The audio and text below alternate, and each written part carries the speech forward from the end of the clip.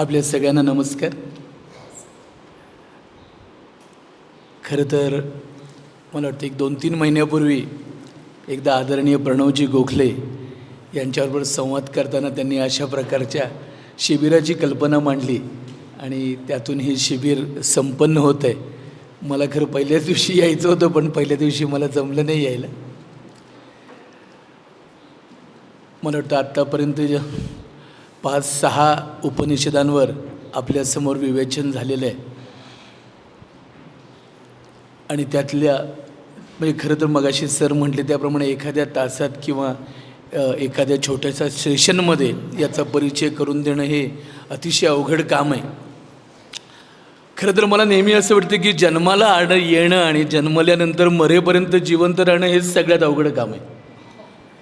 सगळ्यात मोठी जर जीवनातली समस्या काय आहे आणि त्या समस्येचा कधीही विचार न करता शोध न घेता बहुधा आपण सतत जिवंत राहतो, ते केवळ मरत नाही म्हणूनच. आपला जो काही जीवनाचा प्रवास आहे जन्मापासून मृत्यूपर्यंतचा, तो सतत या बाह्य जगामध्ये सतत आनंदाचा, सुखाचा, दुःखाचा शोध घेणं आणि त्याची ती गणितं, त्याचे ते विचार, त्याच्या त्या क्रिया प्रतिक्रिया आणि त्या सगळ्या एका प्रचंड धुवांधार अशा धुमाकुळीमध्ये कधी जीवन संपून जाताना मी कधी वैकुंठात जाऊन पडतो याचा मला पुढचा जन्म मिळेपर्यंत पत्ताच लागत नाही.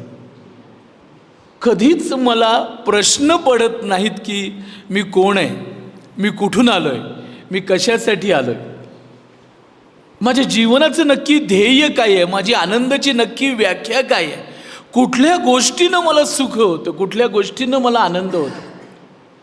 आणि त्याला अनेक कारणं आहेत. म्हणजे ज्यावेळेला मी प्राचीन भारतीय वैदिक सनातन हिंदू ज्ञानपरंपरेबद्दल बोलतो त्यावेळेला या देशामध्ये इतकी प्रचंड समृद्धी होती, सुबत्ता होती, विकासाच्या सगळ्या कल्पना इथं प्रत्यक्ष स्थित होत्या.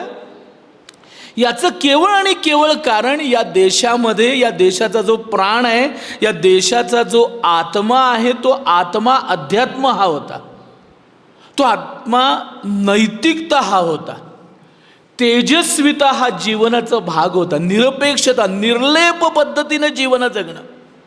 म्हणजे आजच्या काळामध्ये जय श्रीराम ज्याला आपण म्हणतो आणि अयोध्येच्या त्या राम मंदिराबद्दल आपल्यापैकी अनेक जणांनी प्रत्यक्ष तिथं जाऊन भेटही दिली असेल, मला विश्वास आहे. परंतु अशा प्रकारचा राम आणि लक्ष्मणासारखा किंवा भरत आणि रामासारखा भाऊ बहिणी या देशात होते, याच्यावर आत्ता विश्वाससुद्धा बसणार नाही, अशा प्रकारची एक परिस्थिती आली. आपण उपनिषदाबद्दल बोलायचं मला नक्की माहिती आहे, परंतु आज आपण या सगळ्या थराला अशा येऊन पोचलोय आणि कदाचित सगळं जग येऊन पोचलंय. आज संपूर्ण जग त्या विकासाच्या नावाखाली विनाशाच्या एका अभूतपूर्व उंबरठ्यावर उभं आहे. केवळ आणि अर्थ आणि काम एवढंच कळणाऱ्या या सेमेटिक किंवा अब्राहिमिक जगाला, म्हणजे आज आता आपण पाहतोय की हे युद्ध चाललंय वगैरे वगैरे, इराण आणि काय अमेरिका, इस्रायल, खरं तर ते डॉलरसाठी चाललंय. त्याची जी काही कारण मीमांसा आहे, ज्या वेगवेगळ्या मीमांसा, आणि मग डॉलरसाठी चाललंय म्हणजे काय की केवळ अर्थासाठी. माझं जीवन, माझा जन्म हा केवळ संपत्ती मिळवणं, संपत्ती गोळा करणं, त्या संपत्तीच्या राशीचा सतत विचार करत राहणं, याच्याशिवाय माझ्या जीवनाला काही अर्थच नाही आहे, अशा प्रकारचं एक जग.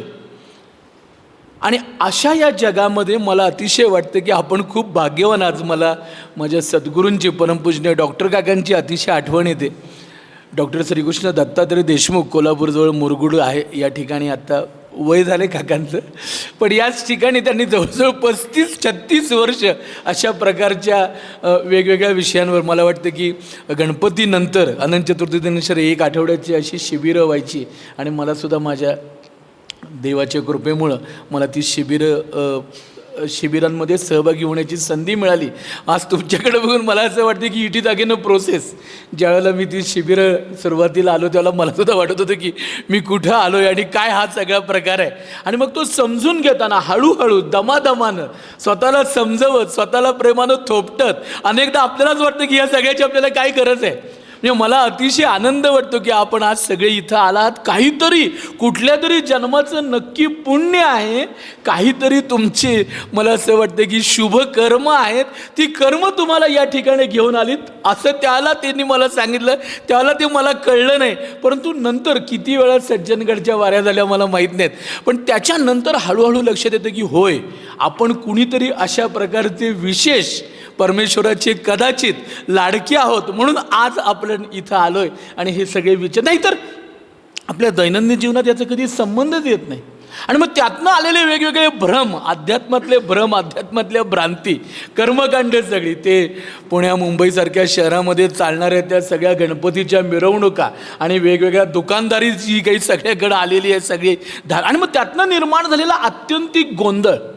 मला सांगायचं असं आहे की एक जर आपण अशी कल्पना केली की जी प्राचीन भारतीय शिक्षा पद्धती होती, त्या शिक्षा पद्धतीमध्ये जो मुलगा त्याला 20व्या 22व्या 24व्या वर्षी त्या शिक्षणातनं गुरुकुलातनं बाहेर पडायचा, त्याला त्याच्या जीवनाचं ध्येय 100% माहीत असायचं. त्याला त्याचा वर्ण कुठला आहे ते माहीत होतं. वर्ण म्हणजे स्वभाव. ब्राह्मण ज्याला अध्यापन करावंसं वाटतं, शिकावंसं वाटतं, तो ब्राह्मण आहे. ज्याला मस्ती करावी, शारीरिक ज्याच्यामध्ये ताकद खूप आहे, तो एक क्षत्रिय. ज्याला असं वाटतं की काही व्यवसाय धंदा करावा किंवा काही, तो वैश्य. आणि आपल्याला माहिती आहे त्याप्रमाणे सेवा करणारे. आजसुद्धा हे वर्ण सोडून किती तो मार्क्सवादानं किती विद्वानांनी विचारवंतांनी केलं तरी संपूर्ण जगामध्ये अशीच व्यवस्था कुठल्या ना कुठल्या तरी रूपामध्ये आहे हे आपण पाहतो. आणि जर शांतपणे डोकं निकालावर ठेवून आपण स्वीकारलं तर ही वर्णव्यवस्था हा एकंदरीत जीवन पद्धतीचाच एक भाग आहे असं आपल्या लक्षात येतं. दुसऱ्या बाजूला 4 पुरुषार्थ जीवनाचं इतकं नियोजन. आत्ताच मी आदरणीय योगेश बुवांशी बोलत होतो की हे सगळे MBAचे कोर्सेस आणि BBAचे कोर्सेस आपण बघतोय. दासबोध MBA असा कोर्स सुरू करायची गरज आहे की हे जीवन कशासाठी आहे. जीवनाच्या मॅनेजमेंटविषयी कोणी बोलतच नाही. सगळेजण अर्थाच्या मॅनेजमेंटविषयी, संपत्तीच्या मॅनेजमेंटविषयी एवढीच चर्चा करतात. सांगायचा मुद्दा असा की 4 पुरुषार्थ ज्याला माहीत आहेत, जीवनाचे 4 आश्रम ज्याला माहिती आहेत, ज्याला 4 वर्ण माहीत आहेत आणि ज्याला वेदांताद्वारे, उपनिषदांद्वारे, या संपूर्ण ग्रंथाद्वारे ज्याला आपल्या जीवनाची इतिकर्तव्यता काय आहे ते कळलेलं आहे, असा तो प्राचीन भारतातला बाहेर पडलेला गुरुकुलातनं विद्यार्थी. आणि तो केवळ ब्राह्मण नव्हता. संपूर्ण खोटं या म्हणजे आता हा पॉलिटिकल जरी विषय असला कदाचित तरी देखील आपल्याला सगळं खोटं सांगितलं घेतलं, सगळं चुकीचं सांगितलं घेतलं. बावळट बनण्याची स्पर्धा ही आपल्या हिंदू समाजामध्ये लागून दे.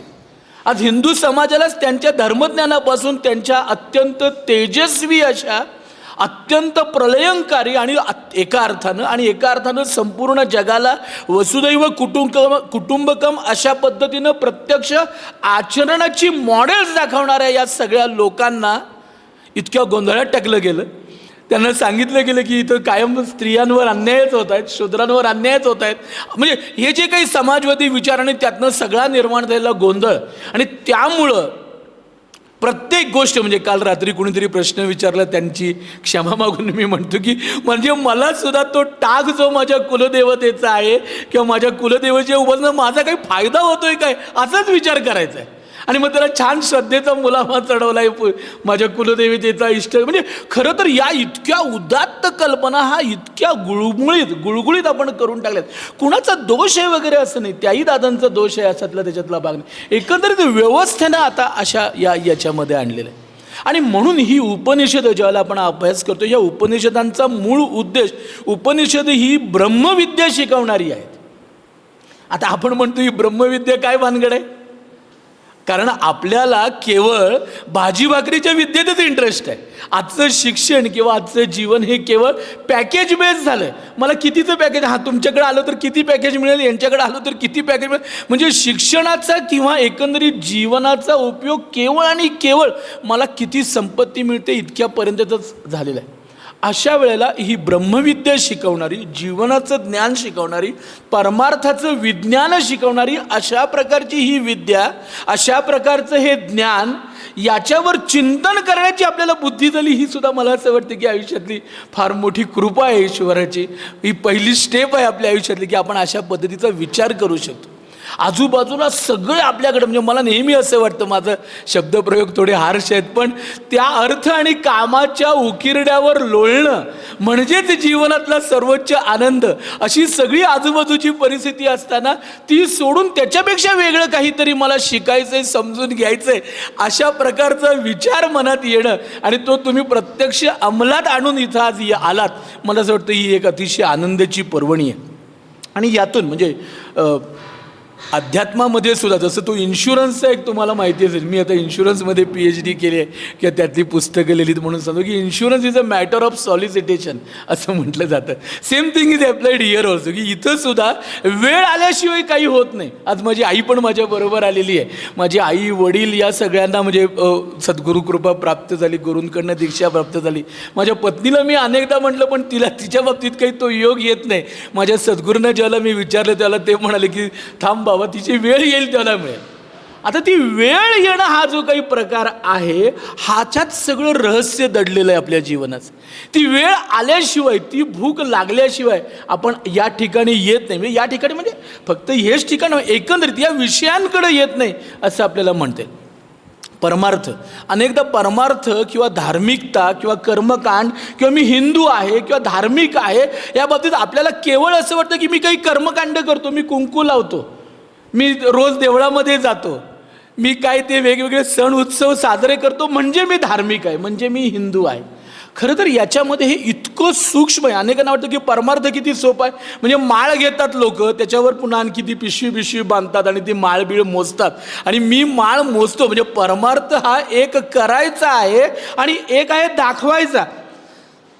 मी किती परमार्थिक आहे, मी कशा पद्धतीनं देवाचा भक्त आहे, मलाकडं सगळ्या लोकांनी पाहावं. आता मगाशीच मी एक गोष्ट ऐकत होतो, माझ्या सद्गुरूंचं एक त्यांनी उदाहरण सांगितलं की असाच एक अध्यात्मानं तापलेला माणूस, आध्यात्मिक ज्ञानानं जो तापला होता, तो एकदा एक रिझर्वेशन काढायला एका काउंटरवर गेला आणि त्याला STचं रिझर्वेशन काढायचं होतं. आणि मग तो रिझर्वेशनमधल्या आतल्या माणसाने त्याला विचारले की काय नाव तुमचं? तर तो म्हणाला आम्हाला काही नाव बिव नाही, आम्ही काही जन्ममृत्यू आम्हाला काही नाही आहे असं. तर तो म्हणाला तर कोण आला हा माणूस बाबा आता आपल्याकडे? मग तो म्हणाला कुठल्या गावाला जायचं आहे? नाही म्हणाला मला गाव बिव मला काही नाही आहे, सगळं विश्वचीच माझं घर आहे असं. तर तो म्हणाला आता काय करायचं? मग त्याने विचारलं की किती वाजताची गाडी आहे? तो म्हणाला मी कालातीत आहे, मला वेळेचं वगैरे असं काही नाही. हे सगळं ऐकल्यानंतर तो मागं उभारलेल्या माणसानं त्याला धरून हाताला बाजूला काढलं, म्हटलं जा बाबा तू. म्हणजे कितीतरी वेळेला या आध्यात्मिक क्षेत्रामध्ये सुद्धा आपण असं पाहतो की इतके भ्रम आहेत, इतके गोंधळ आहेत. सगळ्यात जास्त गोंधळ या आध्यात्मिक क्षेत्रामध्ये आहेत, धार्मिक क्षेत्रामध्ये. आपण ते नीट समजून घेत नाही आणि त्यामुळे आपल्यामध्ये एक प्रकारचं न्यूनगंड येतो आणि मग लोक प्रश्न विचारतात, त्यांना आपल्याला उत्तरं देता येत नाहीत. लवजीवाची प्रकरणं आज आपण सगळीकडं पाहतोय. आज आता मुग्धाताई आपल्या बरोबर आहे, ती सुद्धा या क्षेत्रामध्ये फार चांगलं काम, लवजीवाच्या अनेक केसेस ती हँडल करते. अशाला हे असं होतं का, याचं कारण मुळातच आपल्याला आपल्या गोष्टींचं ज्ञान नाही आहे, आपल्याला त्या ज्ञानाची गरजच वाटत नाही. आपल्याकडं ज्ञान ही आउटसोर्स करायची, शिक्षण विद्या ही आउटसोर्स करायची गोष्ट नव्हती. म्हणजे आपल्याकडे जी काही विद्येची प्राचीन भारतीय शिक्षा पद्धती जी आहे त्याच्यामध्ये पहिला भाग हा कुटुंब शिक्षेचा आहे, परिवार शिक्षेचा आहे. घरामध्ये जे प्रशिक्षण दिलं जातं जन्मल्यापासून किंवा जन्माच्या आधीपासून किंवा सरांनी मगाशी सांगितलं की गर्भाधान होतं तेव्हापासून या शिक्षणाची सुरुवात झालेली आहे. त्यामुळे कुटुंब शिक्षा हा पहिला भाग आहे. कुटुंब शिक्षेनंतरचा जो पुढचा आहे तो गुरुकुल शिक्षा आहे, आचार्य शिक्षा आहे, समाज शिक्षा आहे, संस्कार शिक्षा आहे, मंदिरात मिळणारी शिक्षा आहे, जन्मापासून मृत्यूपर्यंत आणि या जन्मापासून त्या जन्मापर्यंत असा जन्मजन्मीचा हा शिक्षणाचा, प्रवासाचा, समजून घ्यायचा, उमजून घ्यायचा, अनुभवाचं ज्ञान, अनुभवांनी स्वतःला समृद्ध करायचा, अशा प्रकारचा एक अत्यंत विलक्षण अशी शिक्षणाची आपल्याकडे कल्पना आहे. आणि आता आपण काय केलं, आपण ते इंग्लिश मिडियममध्ये मुलांना टाकतो शाळेमध्ये, आमचा काही संबंध नाही, आम्ही पैसे दिले की आमचा विषय संपला, ही मुलं तुमची, तुम्ही काय करायचे ते करा. आणि मग काय करायचं ते करा, त्याचं काय आउटकम आपल्याला मिळतं? आपणच मूर्खासारखे आपल्या मुलांना इंग्रजी माध्यमात टाकतो आणि मग तेच आपले दुश्मन होतात, आपले शत्रू होतात, तेच आपल्या आईवडिलांकडे बघून हसतात आणि आपण म्हणतो अय्या असं कसं काय झालं, अरे असं कसं, असंच होणार ना, दुसरं काय होणार. थोडीशी ही बॅकग्राऊंडवर बोलून मला आता या माझ्या विषयाकडे वळतो. उपनिषद किंवा परमार्थ म्हणजे खरं तर हे ज्ञान, हा जो मार्ग आहे हा अतिशय अवघड आहे. अनेकांना असं वाटतं, अनेकांच्या भ्रामकल्पना की कुणीतरी मला गुरु भेटेल आणि तो गुरु माझ्या डोक्यावर हाटेल आणि झाला की तात्काळ मी मोक्षाला पोचलो. म्हणजे काय, मला काय करावंच लागणार नाही, मला फक्त एकच काहीतरी करा आणि काहीतरी करून मला कुठनं तरी एक गुरु मिळवून द्या की मी गुरु मिळवतो. एक गुरु मिळाला की मग मस्तपैकी त्याचा फोटो लावायचा 10 ठिकाणी, गाडीमध्ये फोटो, ऑफिसमध्ये फोटो, देवघरात फोटो, घरात, बेडरूम, प्रत्येक ठिकाणी त्याचे फोटो, आणि असं सारखं त्याला 10 वेळा नमस्कार करत राहायचं. अशा प्रकारच्या या अध्यात्माच्या कल्पना आपल्या डोक्यामध्ये सगळ्या बिंबवलेल्या आहेत. किंवा वेगवेगळी कर्मकांड करणं, म्हणजे कर्मकांड अर्थात एक गोष्ट अतिशय विनम्रपणे मला सांगायचे की कर्मकांडांच्या मागे विज्ञान आहे. आज आम्ही स्वतः यज्ञ करतोय, 108 सोमयाग करायचे आम्ही संकल्प केलेला आहे, त्यातले 2 सोमयाग पूर्ण केलेत. त्या सोमयागाच्या मागे एक सायंटिफिक, यज्ञ संस्कृतीच्या मागे एक सायंटिफिक बेसिस आहे. म्हणजे त्याच्या मागची जी गणित आहेत किंवा त्याच्या मागे मगाशी सरांनी सांगितले त्याप्रमाणे इतरही उपनिषदात जे अग्निष्टोमाबद्दल सांगितलेलं आहे, अनेक प्रकारचे हे यज्ञ आहेत. विशेषतः हे जे श्रौत यज्ञ आहेत, श्रुतींप्रमाणे होणारे, त्याच्यापैकीचा तो यज्ञ, आणि दॅट इज अ सायन्स. आणि त्याच्यावर असं होतं की ते म्हणजे वेदांबद्दल आपण सगळ्यांनी वेद उपनिषदांचा अभ्यास करतोय. वेदांना जे लोक ग्रंथ असं म्हणतात ते एक महामूर्ख लोक आहेत. वेद हे ग्रंथ नाही आहेत. वेदाचा अर्थ इन्स्ट्रुमेंट्स, वेदातले मंत्र हे अशा प्रकारचे आहेत की जर त्यांचा तुम्ही उपयोग केला तर तुम्हाला तुमच्या इच्छित गोष्टी, प्रोव्हाइडेड त्या सगळ्यांच्या हिताच्या आहेत, या इच्छित गोष्टी साध्य करायची क्षमता त्या मंत्रांमध्ये, त्या अक्षरांमध्ये.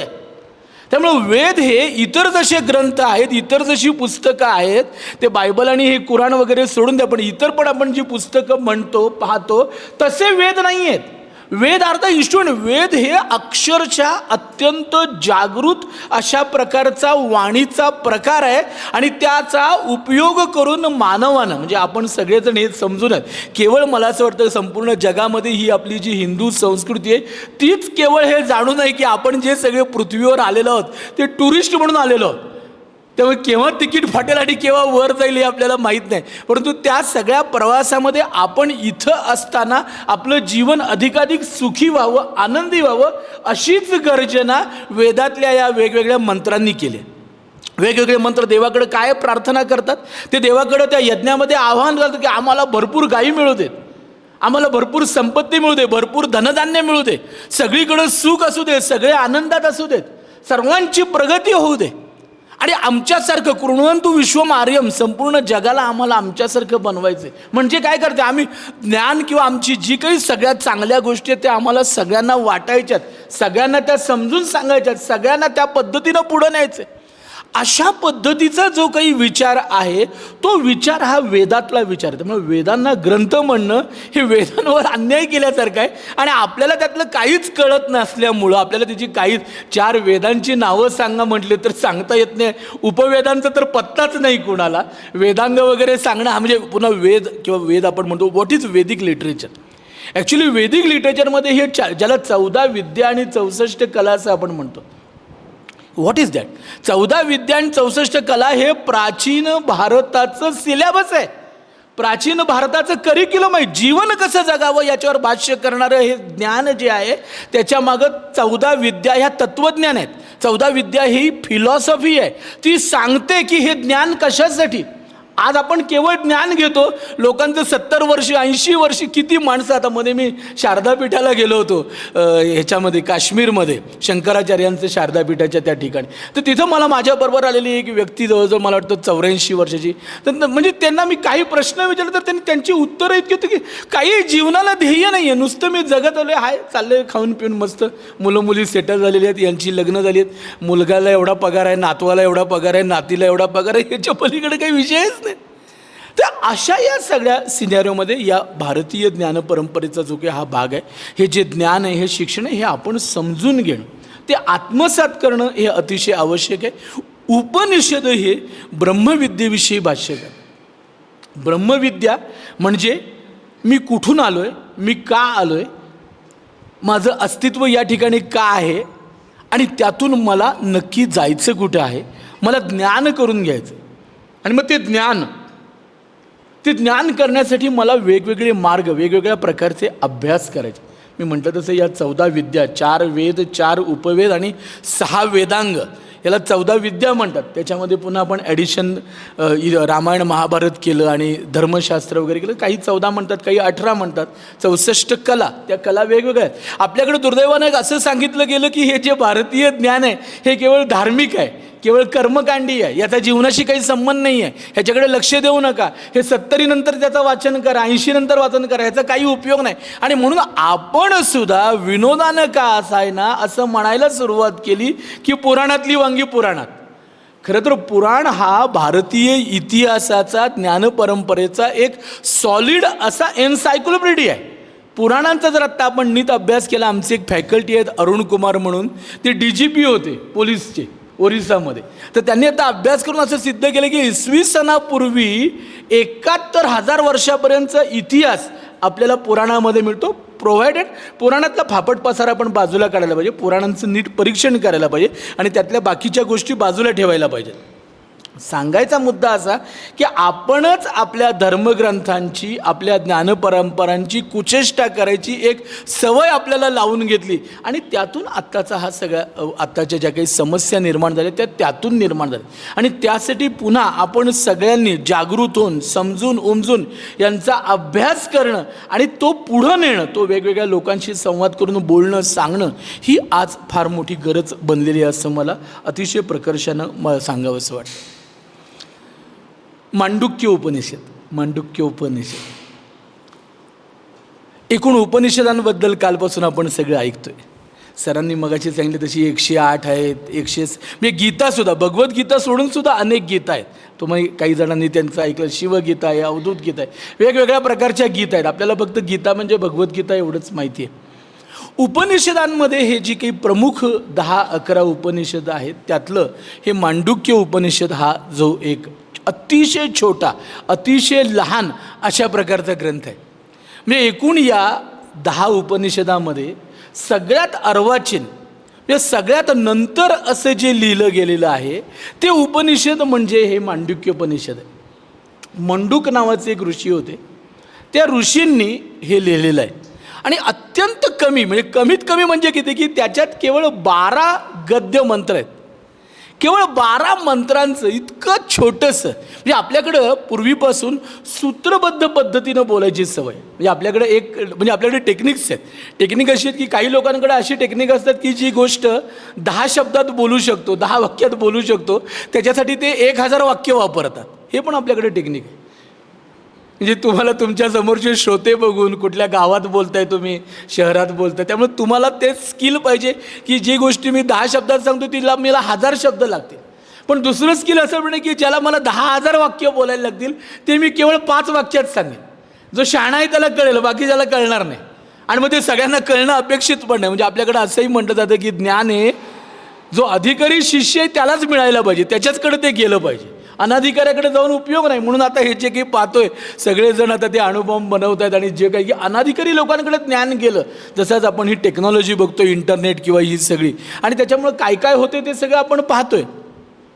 त्यामुळे त्या दृष्टीनं केवळ 12 मंत्र असलेलं हे अतिशय एका बाजूला विद्वत्तापूर्ण, रहस्यपूर्ण जीवनाच्या या ब्रह्मविद्येच्या याच्यावर एका वेगळ्या पद्धतीनं, वैचारिक पद्धतीनं भाष्य करणारं, योग, ध्यान, धारणा अशा पद्धतीनं, अशा मार्गावर भाष्य करणारं हे अतिशय अद्भुत, अतिशय आनंददायी आणि अत्यंत विलक्षण अशा प्रकारचं उपनिषद म्हणजे मांडुक्य उपनिषद आहे. मंडूक नावांच्या ऋषींनी यांची रचना केली. आता यामध्ये उपनिषदामध्ये सुद्धा मी मगाशी म्हणत होतो की ब्रह्मविद्या हा याचा मूळ भाग आहे. काल पण रात्री आदरणीय प्रणवजी आपल्याबरोबर बोलत असताना त्यांनी सांगितलं आपल्याला की या ब्रह्मज्ञानाबरोबर, ब्रह्मज्ञान हेच मुख्य आहे, बाकीच्या ज्ञानाची चर्चा करायला नको, पण तरी देखील ते ब्रह्मज्ञानाकडे तुम्हाला थेट जाता नाही येणार. म्हणजे एखादी व्यक्ती उभी राहिली, ती 8 वर्षाची, ती म्हणजे नाही मला PhDच्याच परीक्षेला बसायचं नाही, काय मला आदलंमधलं सांगू नका, काय आहे शेवटचं PhD, आता त्याच्या पुढे डिलीट म्हणा, काय मला डिलीटच्या यायला पाहिजे, मला डिलीटचीच डिग्री नाही जमणार ना. एकदम नाही PhDला जाता येणार, एकदम नाही, टप्प्याटप्प्यानंच जायला पाहिजे असा हा जो काही प्रवास आहे.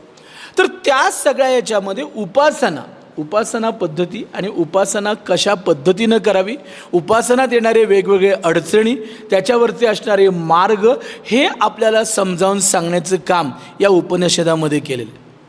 उपासनेच्यामध्ये पण 2-3 प्रकार आहेत, पण त्यातला मुख्य प्रकार आहे एक सेवाभावे आपण काम करणं, सेवाभावे आपण कर्म करणं, कृती करणं, हा एक उपासनेचा प्रकार आहे. आणि दुसरं आहे ध्यान, धारणा, अशा पद्धतीनं चिंतन, मनन करणं, अशा पद्धतीनं उपासनेचा प्रकार आहे. आता याच्यातला जो पहिला प्रकार आहे सेवेचा, तो प्रकार म्हणजे काय आहे?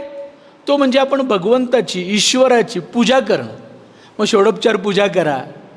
पूर्वीचं आठवा ना, आपले आई वडील, आजी आजोबा आठवा. रोज सकाळी उठल्यानंतर घरातली करती व्यक्ती काय करायची? ती सकाळी उठल्याबरोबर पहिल्यांदा स्नान बिन आपले प्रातर्विधी सगळे आवरले की पहिल्यांदा ती देवपूजेला लागायची. मग त्याची पत्नी असेल, ती पत्नी काही पाणी बिणी जे काही साहित्य असेल ते द्यायची. घरातली दुसरी व्यक्ती जाऊन फुलं काढून आणायची, देवाला लागणारी फुलं आहेत, जे जे काही देव, म्हणजे ती पूजा त्या घरातली व्यक्ती, मुख्य व्यक्ती ही जरी करत असली तरी संपूर्ण घरच ती पूजा करायचं. संपूर्ण घराचा त्या पूजेला हातभार लागलेला असतात. Though that individual person is doing that puja, हे कलेक्टिव्ह एफर्ट होता, कलेक्टिव्ह रिच्युअल, अशा पद्धतीनं त्याच्याकडे बघितलं पाहिजे. आज काय जाता जाता आपण त्या देवाला हाय करतो, तर देव पण तुम्हाला बाय करतो जाता जाता, आणि झालं. आपण जाताना नदी दिसली की आपलं असं फटाफट केलं, म्हणजे कुठंतरी त्याची मुळं आहेत.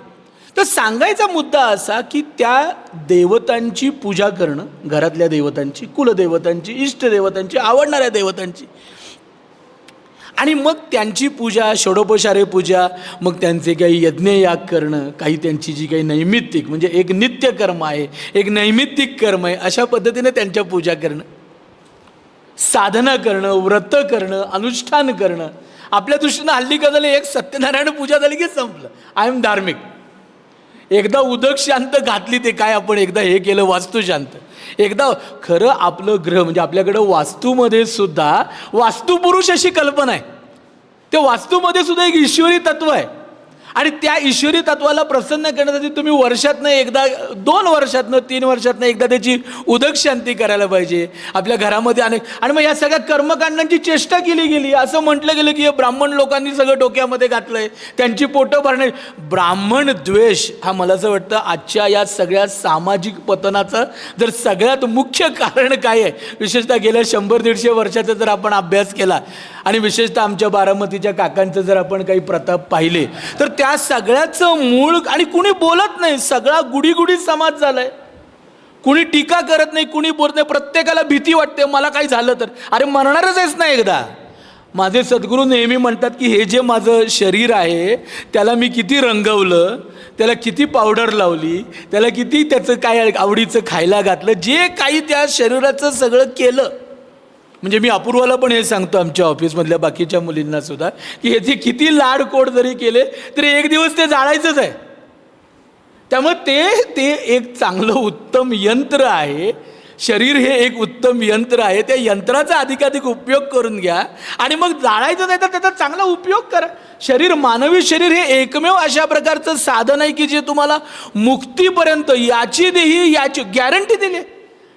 याची दोही याची डोळा, पाहिला मी मुक्तीचा सोहळा, अशी गॅरंटी ज्या शरीराची दिली, त्या शरीराचा आपण असा उपयोग करून घेणं हे अतिशय आवश्यक आहे. मी सांगत होतो त्या पद्धतीनं ह्या वेगवेगळ्या प्रकारच्या पूजा आहेत. नवविधा भक्ती, म्हणजे खरं तर इतका आनंददायी विषय आहे, इतका रोमांचकारी विषय आहे. मग त्याच्यामध्ये जी काही अगदी सुरुवातीपासून श्रवण आहे, मनन आहे, चिंतन आहे, कीर्तन आहे, पादसेवन आहे, आत्मनिवेदन आहे, त्या भक्तीचे जे टप्पे आहेत ते टप्पेसुद्धा इतके आनंददायी आहेत, आणि ते सुद्धा आपल्याला वेगवेगळ्या आपल्याच भावनांचे वेगवेगळे आविष्कार आपणच पाहताना इतके रोमांचित होतो. तो नवविधा भक्तीचा प्रकार आहे. वेगवेगळी व्रतं आहेत, अनुष्ठान आहे, उत्सव आहे, पूजा आहे, यात्रा आहेत, तीर्थयात्रा आहेत.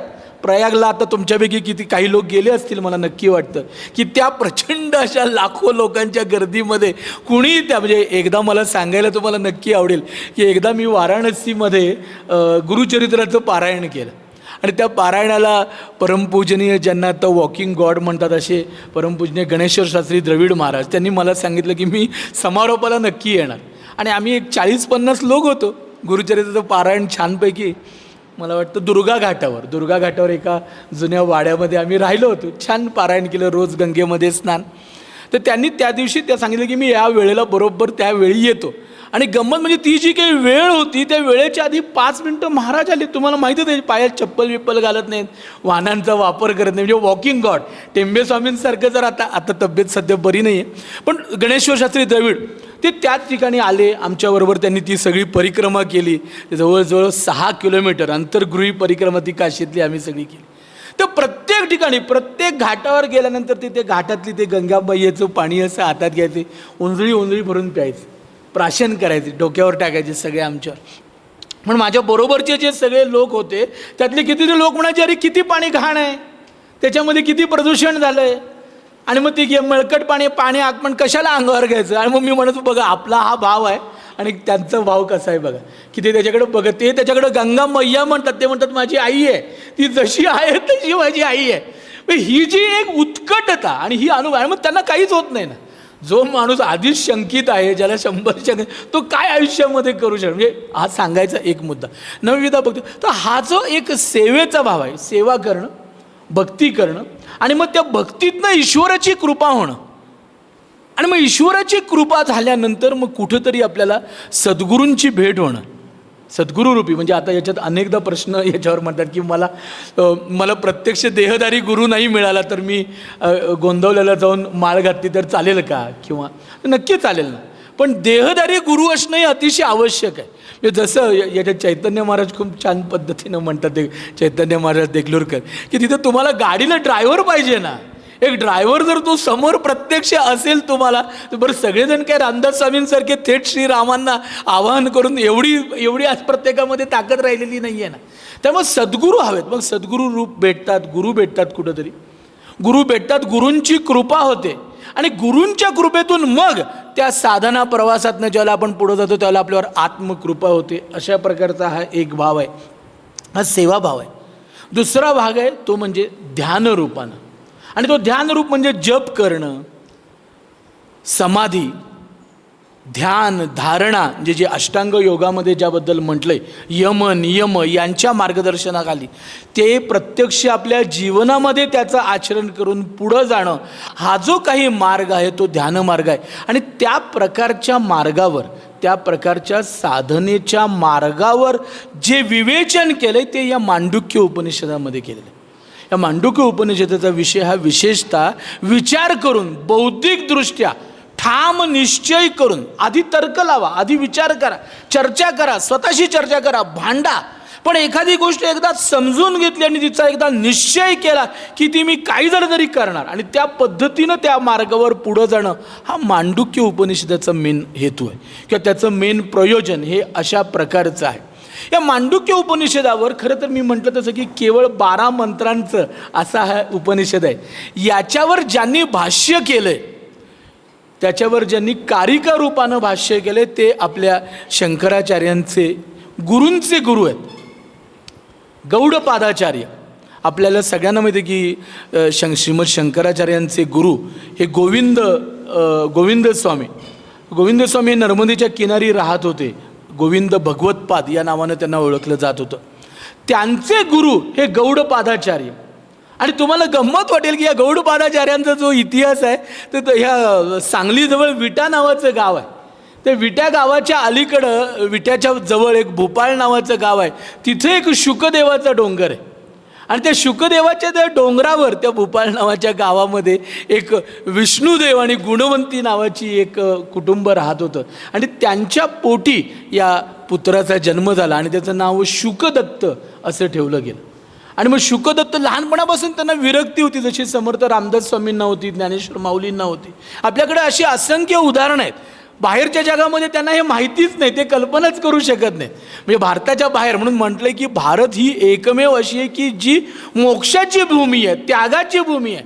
आपण किती भाग्यवान होतो, पण भारतात जन्माला आलोय. बाकी सगळ्या या भोगभूमी आहेत. तिथं भोगाशिवाय नुसतं खाणं पिणं आणि जे काही मी म्हटलं जातं की अर्थ काम, एवढंच त्यांच्या लोकांचं आहे. पण हा देश हा अशा प्रकारचा आहे. शुकदत्ताला लहानपणीच एवढी विरक्ती आली आणि त्याला असं वाटायला लागलं की ह्या काय अर्थ नाही आहे आपल्या जगण्याला, किंवा हे जे काही आपल्या आजूबाजूला दिसतंय. आणि मग त्यातनं याचं मला शोध घ्यायचा आहे, मला माझ्या अस्तित्वाचा शोध घ्यायचा आहे, या प्रेरणेनं तो शुकदत्त मग शुकाचार्यांच्या माफ करा मला ते सांगायचं होतं ते आधीच तोंडात आलं. शुक्राचार्य, आपल्याला शुकाचार्य हा शब्द आपल्याला फार कमी लोकांना माहीत आहे. ज्यांनी परीक्षिताला हे सगळं सांगितलं, महाभारताचं जे काही सगळं वर्णन केलं, शुक्राचार्य हे दैत्यांचे गुरु आहेत. देवयानीचे वडील शुक्राचार्य, पण आपल्याला शुक्राचार्य आपल्या डोळ्यासमोर लगेच येतात, शुकाचार्य येत नाही. तर ते शुक त्यांच्या आश्रमामध्ये तो गेला आणि मग त्यांनी तिथं साधना केली, तपश्चर्या केली. आणि मग त्यानंतर त्यांना असा एक दृष्टांत झाला की तू वंग देशामध्ये जा. वंग देश म्हणजे आजचा जो बंगाल वगैरे भाग आहे, म्हणजे बांगलादेश. आज बांगलादेशची स्थिती अतिशय भयानक आहे, पण बांगलादेश हा एक खूप आध्यात्मिक शक्ती असलेला तो जो भाग आहे, म्हणजे पूर्वीचा अखंड भारत जर आपण डोळ्यासमोर आणला तर तो अगदी कंबोडियापासून इंडोनेशियापासून तो सगळा हे इराण, इराक वगैरे हे सगळं ह्या भारत देशाचाच भाग होतं. तर त्या वंग देशामध्ये, गौड देशामध्ये जा, अशा प्रकारचा दृष्टांत त्याला झाला. आणि मग तो तिकडं गेला आणि तिथं त्याला त्याचे गुरु भेटले. त्यांचं नाव होतं जिष्णुदेव. तर जिष्णुदेव ते सुद्धा वाट पाहत होते. म्हणजे अनेकदा गमतीदार गोष्टी असतात या, आपल्याला त्याचे संदर्भ कळत नाहीत. पण तो ज्याला जिष्णुदेवांकडे गेला त्याला जिष्णुदेवांनी, जसं रामकृष्ण परमहंसांना विवेकानंद भेटल्यानंतर ते म्हणाले की मी तुझी वाटच पाहत होतो की कधी माझा शिष्य माझ्याकडे येतोय. जिष्णुदेवांनी त्यांना सांप्रदायिक मंत्राची दीक्षा दिली आणि ज्या पद्धतीचं आध्यात्मिक काय त्याने साधना करावी त्या संदर्भात मार्गदर्शन केलं. आणि त्यानंतर या शुकदेवांनी, म्हणजे हे शुकदत्त जे आहेत, त्यांनी ती साधना केली. आणि मग ते गौड देशामध्ये विट्यापासून निघाले आणि गौड देशापर्यंत चालत गेले. म्हणून त्यांना गौडपाद अशा प्रकारचं नाव पडलं आणि म्हणून गौडपादाचार्य असं त्यांचं नाव. त्यांचे शिष्य हे गोविंद भगवत्पाद आणि त्यांचे शिष्य म्हणजे श्रीमद शंकराचार्य. या गौडपादांनी या मांडुक्य उपनिषदावर कारिका लिहिली आणि त्यांनी त्याच्यावर भाष्य केले. आणि ते भाष्य अतिशय सुंदर, अतिशय वेगळ्या प्रकारचं अशा प्रकारचं भाष्य आहे. त्या भाष्यामध्ये त्यांनी केलेल्यामध्ये एकूण 4 प्रकरणं आहेत. त्यातलं पहिलं प्रकरण आहे, त्याचं नाव आहे आगम प्रकरण. म्हणजे त्यामध्ये विशेषतः ओंकार साधना, मग अशी सरांनी सांगितलं त्याप्रमाणे उ ओम आणि त्याची साधना, याच्यावर त्यांनी भाष्य केले. पहिल्या प्रकरणाचं नाव आहे आगम प्रकरण. दुसऱ्याचं नाव आहे वैत्यर्थ प्रकरण. वैत्यर्थ म्हणजे विथत याचा अर्थ मिथ्या, खोटं. म्हणजे सोप्या पद्धतीनं आपल्याला समजून घ्यायचं झालं तर खोटं. मिथ्याचा खरा अर्थ आहे की जे दिसतंय, मला प्रत्यक्षात जाणवतंय, परंतु त्याचं अस्तित्व नाही आहे हे मला कळणं म्हणजे मिथ्या. त्याच्यावर मी येतो आता. पण दुसऱ्या प्रकरणाचं नाव आहे वैत्यर्थ. तिसऱ्या प्रकरणाचं नाव आहे वेदांत प्रकरण. वेदांताची त्याच्यामध्ये त्यांनी चर्चा केली आहे. आणि चौथ्या प्रकरणाचं त्याच्यामध्ये जे नाव आहे ते आहे अलात शांती प्रकरण. अलात शांती म्हणजे एक मशाल आहे आणि ती मशाल आपण जर आपल्या हातामध्ये मशाल घेतली किंवा आपण ते दिवाळीमध्ये आपण ते जे काही फिरवतो, काय म्हणतात त्याला, हां, फुलबाजी जशी फिरवतो तशी मशाल, ती जर आपण अशी गोल गोल गोल गोल फिरवत राहिलं तर आपल्याला जणू काही गोल एखादी पृथ्वी किंवा एखादं काहीतरी चित्र आपल्या डोळ्यासमोर येतं. पण ज्याला ती फुलबाजी संपते, त्याला ती मशाल आपण बाजूला ठेवतो, त्याला तिथे त्याचं अस्तित्व काहीच नसतं. जे की आपण पाहिलेलं ते सगळं मनोरंजक, नयनाला, हृदयाला, मनाला आनंद देणार आहे, पण नंतर त्याचं अस्तित्व काही शिल्लकच राहिलेलं नाही आहे. अशा प्रकारच्या याला अलात शांती असं त्याला म्हटलेलं आहे. तर याच्यात मुख्य जो काही प्रकार आहे, मुख्य वर्णन आहे, ते पहिला जो प्रकार आहे आगम प्रकरणामध्ये त्यांनी ओंकार साधना याचं महत्त्व सांगितलं.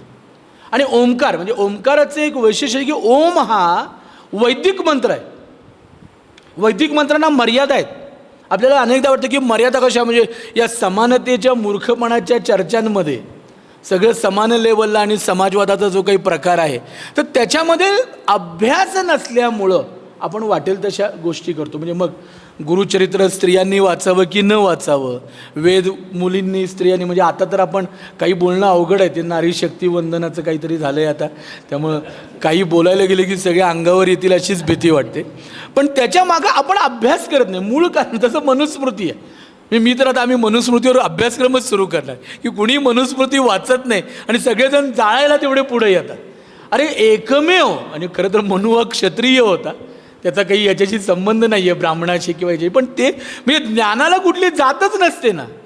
ज्ञानाची काय जात असू शकते? म्हणजे आता जे काही सगळं आपण आजूबाजूला पाहतोय, पण त्याच्यामध्ये म्हणजे आता आमचे प्रमुख मार्गदर्शक स्वामी गोविंददेवगिरी महाराज आहेत, त्यांनी मध्ये त्या विद्यापीठामध्ये बोलताना जे काही भाष्य त्यांच्याकडून झालं, पण त्याच्यामध्ये रामदास स्वामींच्या विषयी इतर समाजामध्ये आणि जे काही आहे त्याने रामदास स्वामींना काही फरक पडत नाही ना.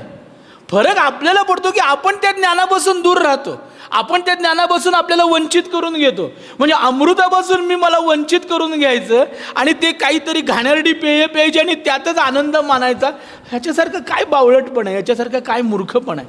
आणि जनरली मी म्हणतो तसं की हा आत्ताच्या याचं कारण जे काही मी म्हणतोय, वेदांत उपनिषद यांच्या अभ्यासानं होतं काय, तर मनुष्य तेजस्वी होतो, तो मरणाच्या भीतीपासून दूर जातो, म्हणून तो निर्भय होतो आणि तो कुठल्याही गोष्टीवर त्याचं मत मांडू शकतो, कुठल्याही गोष्टीला समाजाला दिशा, तो तुम्हाला आवडेल ना आवडेल याची काही तो विचार करणार नाही.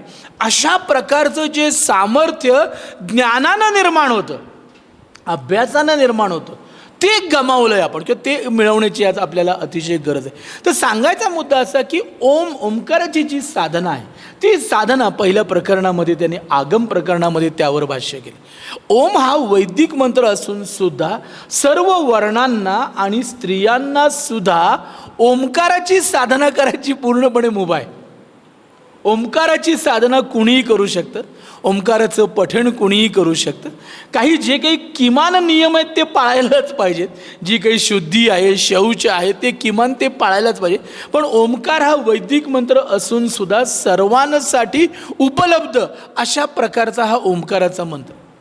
आता याच्यामध्ये सरांनी मग अशी छान पद्धतीने सांगितलं, या ओंकाराच्या 3 मात्रा आहेत, अ उ ओ, अ उ म आणि ते वरचं टिंब, म्हणजे 4 मात्रा. तसे याचे 4 पाद आहेत. आता हे 4 पाद कोणते आहेत? हे 4 पाद म्हणजे जागृत, म्हणजे 4 अवस्था आहेत. 4 आपण त्यांना अवस्था म्हणूया. त्या कुठल्या एक जागृतीमधली अवस्था, म्हणजे आत्ता आपण, म्हणजे आता काही लोक जागे असावेत असा माझा अंदाज आहे, कारण जेवल्यानंतर, भोजनानंतर आणि विश्रांतीनंतर सेशन घेणं हे तसं, ते जागृती अवस्था हा एक अवस्थेचा भाग. दुसरी आहे स्वप्नावस्था. आपल्याला स्वप्न पडतात, स्वप्नांचा सगळ्यांना परिचय आहे. मला असं वाटतं की अशी कुठलीही इथे व्यक्ती नाही की जिला आयुष्यात एकदाही स्वप्न पडलेलं नाही आहे. तर दुसरी अवस्था ही स्वप्नावस्था आहे. तिसरी अवस्था ती आहे सुषुप्ती, तिला म्हटले गाढ निद्रा. त्या गाढ निद्रेमध्ये असं होतं की तुम्ही सर्व काही विसरूनच जाता आणि त्या गाढ निद्रेनंतर आपल्याला जो काही अनुभव येतो तो अतिशय आनंदाचा येतो आणि आपल्याला खूप छान वाटतं. गाढ निद्रा आल्यानंतर आपल्याला एकदम फ्रेश वाटतं असं आपण म्हणतो. ती आहे तिसरी अवस्था. आणि चौथी अवस्था जी आहे, जी आपल्याला फारशी माहीत नाही आहे, ती या 3 अवस्थांच्या पलीकडची आहे आणि ती आहे तुर्या अवस्था, आणि म्हणजेच ती ब्रह्म अवस्था. ती एक वेगळ्या प्रकारची अवस्था. या 3 अवस्थांच्या पलीकडे गेल्याशिवाय ती चौथी अवस्था कळतच नाही. आणि मग ती अवस्था म्हणजे जे ओंकाराचं त्यांनी मगाशी त्याच्यावरचं जे ओंकारावर असलेल्या टिंबाबद्दल ते, म्हणजे एक तर मी अ उ ओम, अ उ म यामध्ये मी केवळ अची उपासना सुद्धा करू शकतो. त्यांनी मगाशी छान सांगितलं, ऋग्वेद, यजुर्वेद, सामवेद अशा पद्धतीने सुद्धा. म्हणजे आपल्याकडचं साहित्य हे एवढं विलक्षण आहे की तुम्ही कुठल्याही पद्धतीने विचार करा, तुम्हाला काहीतरी ज्ञान मिळणार, काहीतरी दिशा मिळणार, काहीतरी एक वेगळा आनंद मिळणार. म्हणजे कुठल्याही प्रकारचं मी आता एकदा वाचून झालं की संपलं असं नाही आहे. तुम्ही ज्या ज्या वेळेला ते वाचाल त्या वेळेला त्यातून नवा आनंद आहे, नवा विचार आहे.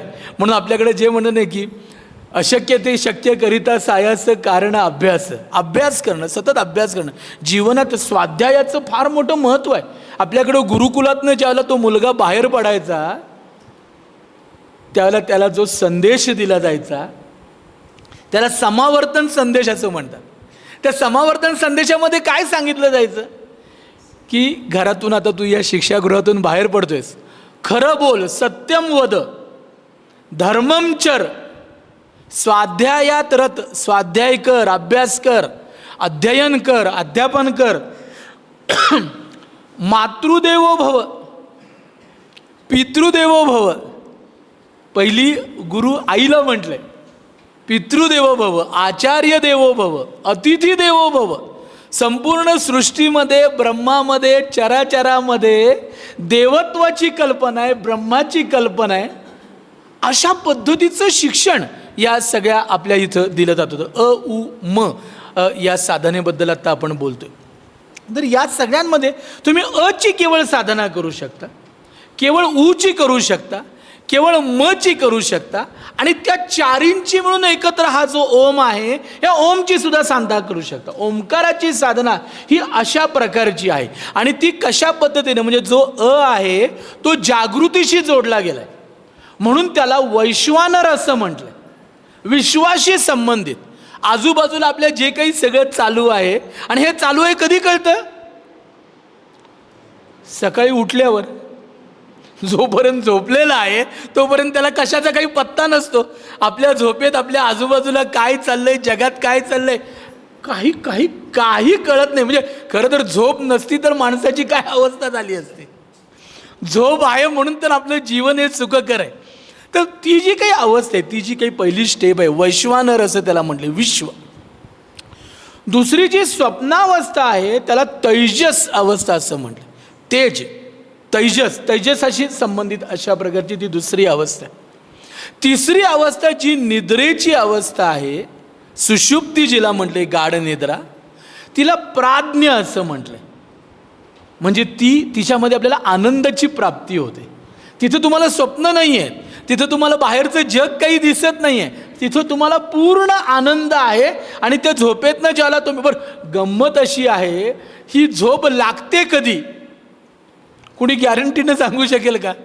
मी रोज रात्री 10:14 आणि 27 सेकंदानं झोपतो. तुम्ही येऊन 28 सेकंदाला बघा मी झोपलेला असेल, असं कोणी सांगू शकते का? किंवा दुसऱ्या दिवशी सकाळी मी रोज 5 वाजता, ते गजर लावल्यावर सोडून द्या, किंवा काही लोकांना सवय असते सकाळी उठायची, ती अतिशय चांगली गोष्ट आहे, पण मी बरोबर नक्की याच वेळी उठेन, याच वेळी मी जागा होईन, असं कोणी सांगू शकतं का? असं सांगता येत नाही. असं सांगण्याची शक्यता, म्हणजे ही एक अद्भुत अशा प्रकारची जी काही एक व्यवस्था आहे. अ उ म, विश्व, तैजस, प्राज्ञ. आणि मग याच्या पलीकडची जी एक अवस्था आहे, जिथपर्यंत आपण कधी जातच नाही, आपण आपल्याला जाऊच देत नाही. आपण केवळ या पहिल्या 3 अवस्थामध्ये आपण स्वतःला गुंगवून ठेवलेले, त्याच अवस्था याच खऱ्या आहेत, त्याच्या पलीकडे काही असायची शक्यताच नाही. अशा प्रकारचं ज्ञान, अशा प्रकारची समजूत ही आपली झालेली आहे. परंतु आपल्या या मांडुक्य उपनिषदाचं जे वैशिष्ट्य आहे त्याच्यामध्ये ते सांगतं की याच्या पलीकडची जी अवस्था आहे ती तुर्या अवस्था आहे. याच्यात स्वामी तुरीयानंद म्हणून एक विवेकानंदांचे शिष्य होते, त्यांचं पण अतिशय चांगलं साहित्य या विषयावर उपलब्ध, आणि त्यांनी नावच तुरीयानंद असं घेतलं होतं. आता ही जी अवस्था आहे, ही ज्या वेळेला या 3 अवस्थांच्या, म्हणजे आपल्याकडे त्रिपुटीचं खूप मोठं महत्त्व आहे की त्रिपुटी, म्हणजे जसं आपण सात्विक, राजसिक, तामसिक असं म्हणतो. सगळ्यात वाईट काय? तामसिक. मधल्या स्टेजला काय? राजसिक. आणि त्याच्यानंतर काय आहे? सात्विक. पण जे मला आत्मसात करायचे, जे मला अनुभवायचे, ते सत्व, रज, तमाच्याही पलीकडे आहे, सत्वाच्याही पलीकडे आहे. म्हणजे सत्वसुद्धा मला अडकूनच ठेवतं. म्हणजे जशी अविद्या मला अडकवून ठेवते, अज्ञान मला अडकवून ठेवतं, तसं ज्ञानही मला अडकवून ठेवतं. दुःख जसं मला अडकवून ठेवतं, तसं सुखसुद्धा मला अडकवून ठेवतं. म्हणजे ही तर एक चेन आहे, आपल्याला सगळ्यांना माहिती आहे की सुखाच्या मागणं दुःख, दुःखाच्या मागणं सुख, ही कंटिन्युअस चालणारी चेन आहे. पण तरी देखील आपण सुखात असले की वाटतं बरं. म्हणजे अनेकदा आज मी पाहतो की एवढी, आता मी दत्त संप्रदायाशी रिलेटेड आहे, तर अक्कलकोटला एवढी प्रचंड गर्दी काय, किंवा या वेगवेगळ्या ठिकाणी ही काय, तर त्यांचं महाराजांवर प्रेम आहे का? त्यांना महाराजांविषयी प्रीती आहे का? तर कसं काही शून्य प्रीती आहे. एकदा असंच संध्याकाळी मी स्वामी गोविंददेवगिरींच्या घरी गेलो, त्यांना भेटायला धर्मश्रीवर गेलो होतो, आणि तेवढ्यात तिथं आम्ही बोलत होतो त्यांच्याबरोबर. तर त्याला एक बाई आल्या, साधारण मला वाटतं 72-75 वर्षाचं त्यांचं वय होतं. तर त्या एकदम आतमध्ये आल्या, त्यांचा चेहरा थोडा दुःखी दिसत होता. तर मला कळेना, तर मी म्हटलं स्वामीजींना काही त्यांचं म्हणजे काही प्रॉब्लेम मोठा दिसतोय असं, तर मी थोडं बाहेर बसतो, तुमचं झालं मी परत येतो, मला वेळ आहे असं. तर स्वामीजींना नको नको बस, आता गंमत बघ बसा मला म्हणाले. ती म्हटलं आता काय होणार हे पुढं दिसणार. मग त्या आल्या मग, आणि मग त्या एकदम ओक्सबोक्ष रडायलाच लागल्या. आणि मग स्वामीजी म्हणतात काय झालं वगैरे. म्हणजे आता ते एवढे व्यस्त असतात, पण त्यांचं एक वैशिष्ट्य आहे की राखावी बहुतांची अंतरे, हे सुद्धा एक फार मोठं स्किल आहे. तर त्याच्यात मी बघितलं की त्याने बोलले एक 5-10 मिनटं त्या बाई शांत झालं. म्हणाले अडचण काय आहे, रडताय का? तर नाही म्हणाले, माझ्या नातवाचं मुलगा आहे, तो आता 7 वर्षाचा झाला आहे, पण तो रोज शाळेत जातच नाही, मग अभ्यासच करत नाही, आणि मला कळत नाही की त्याचं कसं होणार आणि पुढं त्याचं काय होणार असं. तर स्वामीजी म्हणाले, आता तू काय म्हणजे आता तुमची मसणात जायची लाकडं मसणामध्ये जाऊन पडले आहेत आणि तुम्ही आता त्या नातवाच्या नाही पणतवायची कशाची चिंता करताय. म्हणजे अनेकदा हे असं का घडतं, असं का होतं, याचं कारण या विषयात आपण घरात कुटुंबात कधी चर्चाच करत नाही, आपण कधी बोलतच नाही. आपले सगळे काय, मला किती मिळालं, मी किती दिलं, म्हणजे अगदी लग्न असू दे किंवा कुठलंही याच्यात सगळे हिशोब हिशोब हिशोब, त्याच्या पलीकडे चर्चाच नाही. हा असं वागला, तो तसा वागला, ती तशी वागली, माझा मान अपमान, या सगळ्या मिथ्या गोष्टीतच आपण सगळं जीवन घालतो. सांगायचा मुद्दा असा की जोपर्यंत या सगळ्यातून आपण, म्हणजे एक अतिशय सुंदर उदाहरण या कारिकेमध्ये दिलेलं आहे त्यांनी उदाहरण दिलं एका मापट्याचं. म्हणजे आता जी जागृत अवस्था, म्हणजे त्यांचं काय सुंदर, म्हणजे मला तुला इतकं, म्हणजे तुम्ही इथं आलाय हे एवढं भाग्याचं, हे तुम्हाला कालांतरानं लक्षात येईल की एक अतिशय अद्भुत प्रकारचा इंटेलेक्च्युअल आनंद हा या ब्रह्मविद्येमध्ये, जो तुमच्या कुठल्याही विद्येमध्ये, सायन्स बियन्स काय त्याचं, म्हणजे latest talk about quantum physics और क्वांटम, जे आजचं सगळ्यात जटिल सायन्स म्हटलं जातं, ते बोसॉन फोसॉन जे काही आहे ते, त्याच्या पलीकडं एक अद्भुत असा आनंद या ब्रह्मविद्येमध्ये. आणि तो समजून घेताना बुद्धीला जो काही एक विलक्षण इन्स्पिरेशन, म्हणजे त्याचे शब्दातच नाही वर्णन, इतका आनंद या सगळ्या याच्यामध्ये येतो. ते असं म्हणतात की ज्या वेळेला मी स्वप्न पाहतो आणि स्वप्नामध्ये मला वेगवेगळ्या गोष्टी दिसतात, आणि मग त्या स्वप्नामध्ये मी कुठंतरी, म्हणजे मला कोणीतरी घेऊन गेले आणि मी अमेरिकेमध्ये गेलो आहे आणि मी तो नायगरा धबधबा पाहतो आणि त्या सगळ्याचा आनंद घेतोय सगळं, आणि मग मी स्वप्नातनं जागा होतो, त्याला माझ्या लक्षात आहे की मी बाथरूमच्या बाजूला झोपलेला आहे आणि ते सगळे जे काही मी स्वप्नात पाहिलं ते खोटं आहे. पण ते जरी खोटं असलं तरी त्याची अनुभूती आहे, मला मी ते अनुभवलेलं आहे, मी ते पाण्यात भिजलोय, ते ते ते थवार. जसं शिवतरगळीमध्ये तुम्ही आज आता सज्जनगड शिवतरगळीचा एक, शिवतरगळी तुमच्यापैकी अनेक जण गेले असेल, तिथे एक वाक्य लिहिलं आहे, यावया येथे पुण्य पाहिजे. ते सज्जनगड किंवा सगळ्या ठिकाणी ही गोष्ट अशी आहे की यावया येथे पुण्य पाहिजे. तर त्या सगळ्या याच्यामध्ये, त्या स्वप्नामध्ये मला ती अनुभूती तर होतेच आहे ना, मला त्या जाणीवा होत आहेत ज्या मला, पण मी त्या स्वप्नातून बाहेर आल्यानंतर मला असं लक्षात की हे सगळं खोटं आहे. काही वेळेला तुम्ही जर प्रयत्नपूर्वक डोळे मिटूनच या स्वप्नातून जागं होताना, किंवा मला असं वाटतं की ज्यावेळेला सकाळी पहाटे जागं होताना तुम्ही एक प्रयोग करून बघा की जाग जशी येते, हळूहळू जाणीव जशी यायला आपण पटकन उठतो. एक तर हल्ली त्या मोबाईलनं तर इतका प्रॉब्लेम करून राहिला की सारखा ते मोबाईललाच आपण चिकटून असतो. पण तरी देखील तुम्ही जागं होताना जर पाहिलं की जर डोळे मिटूनच राहिलात काही काळ, तर तुम्ही पाहिलेलं स्वप्नसुद्धा तुम्हाला आठवतं, काही काळ तरी आठवतं. म्हणजे तुमच्यापैकी अनेकांना असाही अनुभव असायची शक्यता आहे, म्हणजे मला आहे, अनेकांना तर असं आहे की जे स्वप्नात बघितले ते नंतर काही वेळेला घडतं आणि मग तुम्हाला त्याला लक्षात, अरे हे मी कधीतरी पाहिलं आहे, माझ्या स्वप्नात मी आधी कधीतरी पाहिलं आहे. सांगायचा मुद्दा आता असा आहे की ह्या स्वप्नातल्या ज्या जाणीवा आहेत त्या जाणीवा देखील खऱ्या आहेत. अरे बापरे, मला वेळ आहे किती, कारण मला ते घंटी वाजवल्याशिवाय मी थांबणार नाही. तर या जाणीवा खऱ्या आहेत असं आपल्याला त्यावेळेला जाणवतं. पण आपण स्वप्नातून बाहेर आल्यावर काय पाहतो, काय घडतं, ते सगळं खोटं आहे, मिथ्या आहे.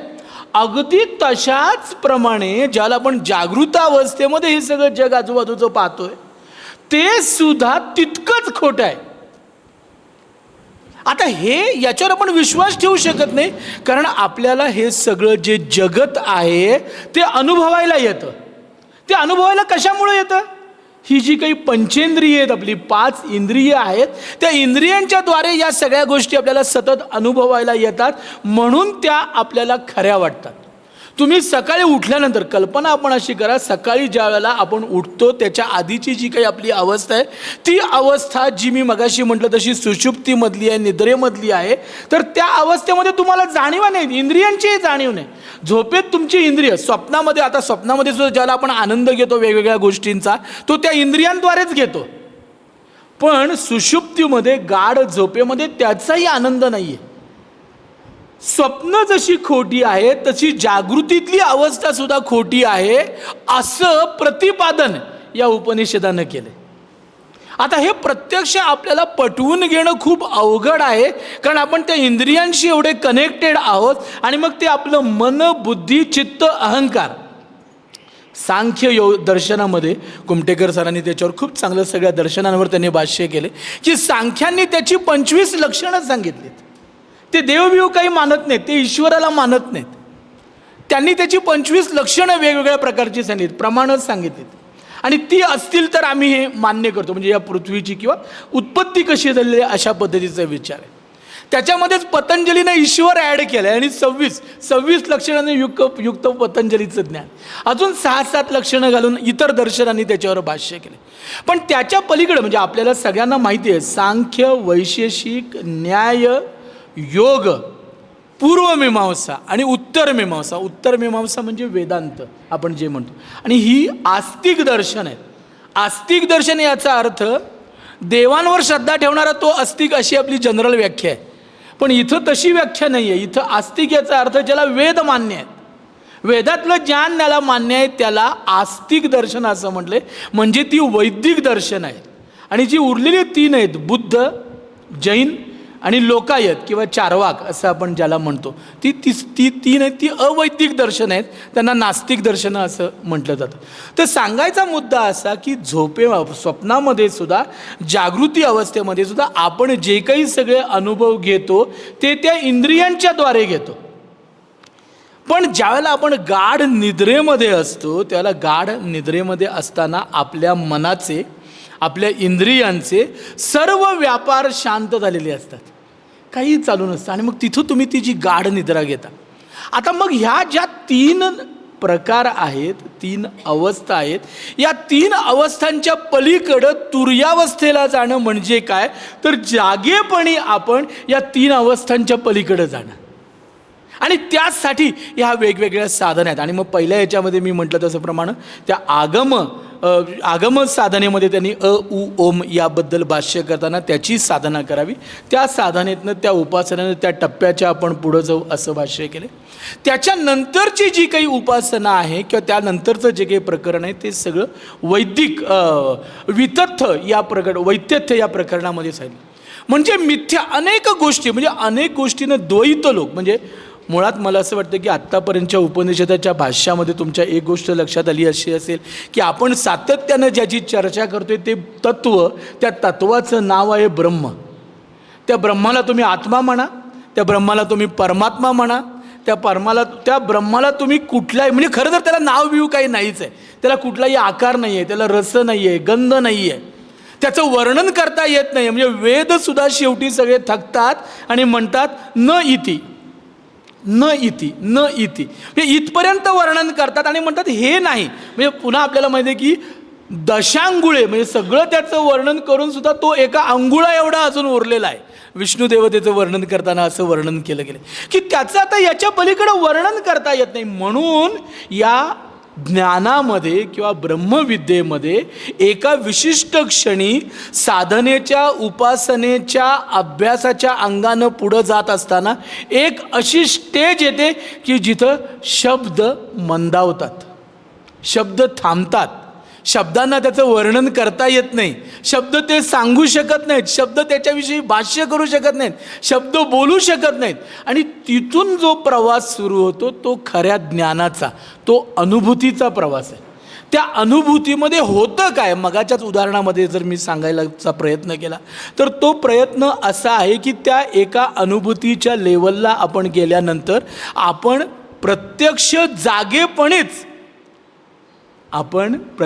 जागेपणीच जागृतीच्या पलीकडं, स्वप्नावस्थेच्या पलीकडं आणि या सुषुप्तीच्या पलीकडं जाऊन तो अनुभव घेतो.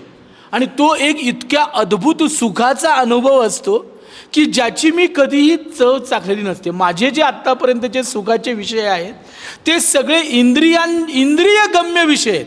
इंद्रिय जी काही भोगतात, इंद्रिय माझ्या वासना, माझ्या इच्छा ज्या सतत माझ्या मनामध्ये निर्माण होतात आणि आपल्याला सगळ्यांना माहिती आहे की त्याच्यामध्ये जसं आपण अग्नीमध्ये तूप टाकतो त्या पद्धतीनं त्या उफाळत असतात. तशा या इच्छांनी मला इतक्या विचित्र पद्धतीनं कैद केलेलं असतं की त्यातनं बाहेर पडून त्याच्या बाहेर काहीतरी असेल हे मला, याच्यावर माझा विश्वासच बसत नाही, याची मी कल्पनाच करू शकत नाही. आणि म्हणून अशा म्हणजे या आगम प्रकरणामध्ये किंवा आपण असं म्हणूया या मांडुक्य उपनिषदामध्ये जर जो काही प्रवास सांगितलेला तो प्रवास की मला या सगळ्याच्या पलीकडे जायचं आहे. मग आपण सामान्य माणूस म्हणतो अरे काय गरज आहे, माझं चाललंय खाऊन पिऊन सगळं मस्त, मी कशाला त्याच्या मागं लागू, मी कशाला त्रास करून घेऊ. मुळात सगळ्यात महत्त्वाची गोष्ट म्हणजे परमार्थशास्त्र हे विचारांचं शास्त्र आहे. आणि आपला आजचा जो माणूस आहे, आजचा म्हणजे अनंत काळापासूनचा, आजचा म्हणजे काय आपण वेगळे किंवा विशेष शहाणे असं नाही आहे, पण माणूस हा नेहमी काय म्हणतो की मी माझ्या इतर सर्व अवयवांना त्रास द्यायला तयार आहे, पण माझ्या डोक्याला त्रास देऊ नका, मला काही विचार करायला सांगू नका, मला काही चिंतन करायला सांगू नका, मला अभ्यास करायला सांगू नका. मी अनेकदा मी आता वेगवेगळ्या क्षेत्रामध्ये थोडंफार ज्ञान घ्यायचा प्रयत्न केला आहे. आपण सगळे विद्यार्थीच आहोत आयुष्यातले. पण मग अनेकदा आपण एक म्हणतो मी इंजिनियर आहे, मला इंजिनिअरिंग सोडून बाकी काही विचारू नका. डॉक्टर म्हणतो मला मेडिकल सोडून काही विचारू नका. ITI झालेला म्हणतो मला फक्त प्लंबिंग फिटिंगचं माहिती आहे, याच्या पलीकडे. आत्ताच्या काळात आपण स्वतःला या अशा काय म्हणजे आता तर असं मी ऐकतोय की उजव्या कानाचा स्पेशालिस्ट वेगळा आहे आणि डाव्या कानाचा स्पेशालिस्ट वेगळा आहे. म्हणजे स्पेशालिस्टच्या या युगामध्ये या न्यूटोनियन एज्युकेशन सिस्टीमनं खऱ्या ज्ञानापासून आपल्याला पूर्णपणे दूर काढून टाकलेलं आहे अशा प्रकारे. आणि we are talking about a holistic approach towards development, holistic approach toward knowledge, समग्र ज्ञान. मला ज्ञान अशा पद्धतीने की एकाचं ज्ञान झालं की मला सगळ्याचं ज्ञान होईल अशा प्रकारचं ज्ञान, ती माझी अभिलाषा आहे, मला समजून हे घ्यायचं आहे, अशा पद्धतीचा विचार या उपनिषदामध्ये मांडलेला आहे. आणि मग ही म्हणजे मी मगाशी ते मापट्याचं उदाहरण देत होतो, तर ते उदाहरण इतकं वंडरफुल आहे, तुम्हाला सुद्धा तिचा इतका आनंद होईल. त्या उदाहरणामध्ये ते असं म्हणतात की जागृतीमध्ये जागी असलेली ती सगळी माझी इंद्रिय आणि माझ्या सगळ्या संवेदना आणि माझी ती जाणीव, ती जागृतीतली जी काही माझी जाणीव इंद्रिय आहेत, संवेदना, ती माझी स्वप्नावस्थेत मी आहे, मला जागृतीचा अनुभव येत नाही वस्तूचा, पण स्वप्नात येतोय, खोटा का असे नाही येतोय.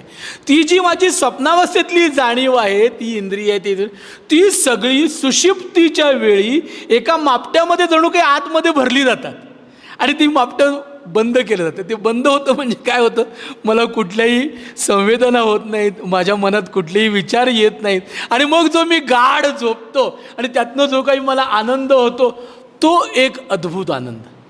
आणि खरं याच्या पलीकडे जाणं म्हणजे याच्यातला जो मुख्य विषय आहे, जो तुर्या अवस्थेमध्ये की जागेपणी असतानाच आपण स्वतःहून या सगळ्या इंद्रियगम्य ज्ञानाचा, मन, बुद्धी, चित्त, अहंकार याच्यातून मिळणाऱ्या संवेदनांचा निराश करणं आणि तो निराश करून त्या अवस्थेला जाणं की जिथं तुम्ही सगळे मनोव्यापार शांत झालेत. म्हणजे अलाक शांती या प्रकरणामध्ये त्यांनी जे म्हटलंय की जी गती आहे, हे जे काही मशाल आहे ते मी फिरवतोय, जोरात फिरवतोय आणि त्यातनं विश्व निर्माण झालं, ब्रह्मांड निर्माण झालं.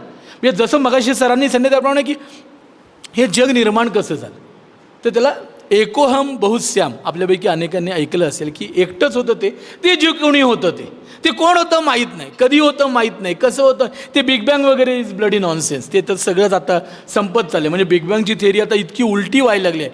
आणि आत्ता विशेषतः एक आता गुरुमूर्तींनी एक फार सुंदर त्यांचं एक लेक्चर व्हिडिओ आत्ताला मी अपूर्वाला सांगतो तो शेअर करायला, इतकं वंडरफुल आहे की त्याने आता 2026 जानेवारी महिन्यामध्ये नासानं एक असा प्रयोग केला आहे की त्यांनी 13.6 बिलियन वर्षापूर्वीचा जो पहिला आवाज, ओमकार असं त्याला ते म्हणतायत आत्ता, त्या आवाजाची निर्मिती ते आता AIच्या द्वारे करतायत.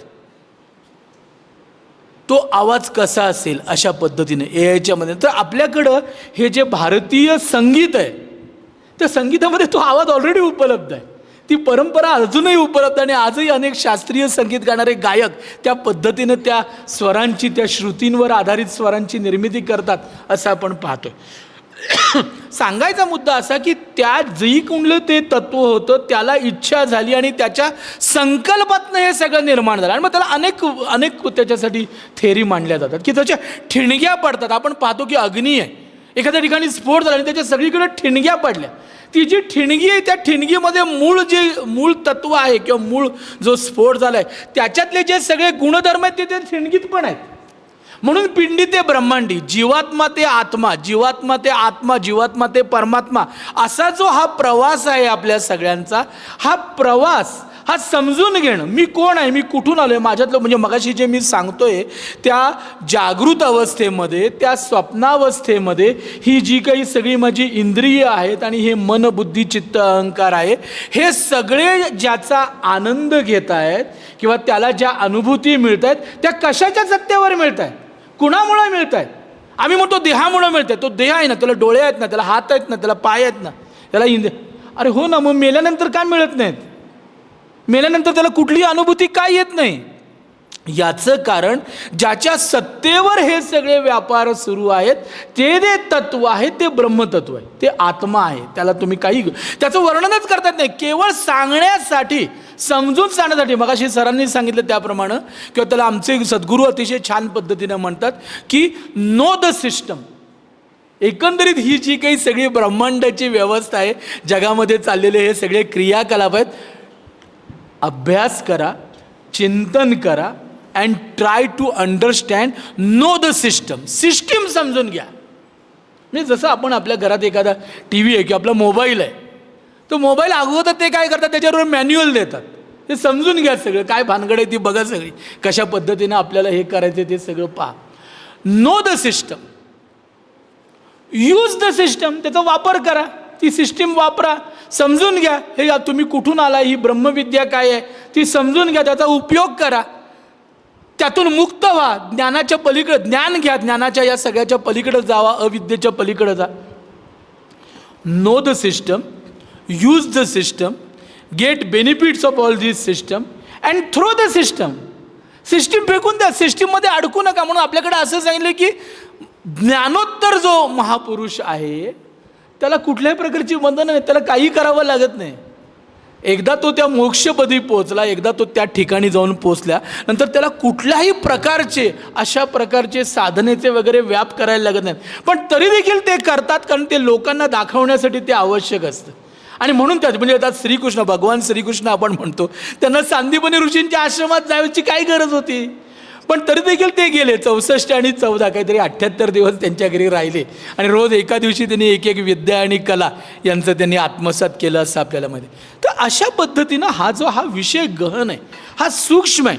परमार्थ हे विचारांचं शास्त्र आहे, हे आपण नीट लक्षात द्या. विचार केला पाहिजे, डोक्याला त्रास, डोकं आहे कशासाठी? म्हणजे अनेकदा मानेच्या वरचा अवयव आपण फक्त खाण्यासाठी वापरतो, तोंड आपलं जे बडबड निरर्थक बडबड करण्यासाठी आणि खाण्यासाठी वापरतो. पण त्याच्या पलीकडे जी बुद्धी आहे, म्हणजे बुद्धीचा वापर केला पाहिजे, तर्काचा वापर केला पाहिजे. एका मर्यादेपर्यंत पूर्णपणे तर्कात वाद घातले पाहिजे, चर्चा केल्या पाहिजे. जसं पुन्हा ही एक प्रोसेस आहे. या प्रोसेसमध्ये त्या नंतर तुमच्या लक्षात येतं. कालच रात्री मी कुणाला तरी दाखवत होतो, ते रजनीशांचा अतिशय सुंदर एक व्हिडिओ होता की गधे से बात करना हा केवढं मोठं नुकसान, म्हणजे किती, म्हणजे तो एक गाढव असतं आणि एक तो वाघ असतो, त्या दोघांची भांडणं. तर गाढव म्हणतं की हे गवत आहे ते निळ्या रंगाचं आहे, तो वाघ म्हणतो रे डोकं फिरले की हे हिरव्या रंगाचं आहे. मग ते सिंहाकडे जातात, सिंह सिंहासनावर बसलेला असतो, तो ते सगळं ऐकतो. गधा एकदम आरडाओरडा करतो, जशी आत्ताची सगळी गाढवं आपण आरडाओरडा करताना बघतो ती. आणि मग ती सगळी तो सांगतो किंचाळत किंचा, हे बघा गवत सगळं निळं आहे आणि हा वाघ म्हणतो हिरवा आहे, तुम्ही राजे करता काय, अन्याय होतोय माझ्यावर. लगेच सिंहानं सांगितलं या वाघाला 5 वर्ष कैदेमध्ये टाका. आणि मग तो गाढव उड्या मारत निघून जातं. मग तो वाघ म्हणतो सिंहाला, हो काय तुम्ही काय चालवलंय काय? म्हणाले ते म्हणाले गवत हिरवं का निळं याची शिक्षा नाही, तू त्या गाढवाबरोबर वाद घातलास याची शिक्षा. जीवनामध्ये अनेकदा आपल्याला आपल्या आजूबाजूचे लोक, ते अगदी आपल्या जवळचे अत्यंत प्रिय जरी असले तरी देखील आपल्याला जरी आपण गाढवांच्या बरोबर राहत असलो, आपण कोणी म्हणजे आपण सगळे सोडून, तर आपण त्या सगळ्यांना कशा पद्धतीनं हँडल केलं पाहिजे हेच समजलं पाहिजे. म्हणून अध्यात्म हा विषय म्हणजे अनेकदा होतं काय, आम्ही जसं मगाशी मी सांगितलं त्या काउंटरवरचं उदाहरण, तसं आम्ही सगळ्यांचा निराश करतो. आम्ही आध्यात्मिक परमार्थ लोक, आम्ही सगळ्या जगाला सांगायलाच मी आता आध्यात्मिक झालेलो आहे. मी माझ्या घरी जाऊन सांगतो माझ्या पत्नीला, आता मी पत्नीचा निराश केला आहे.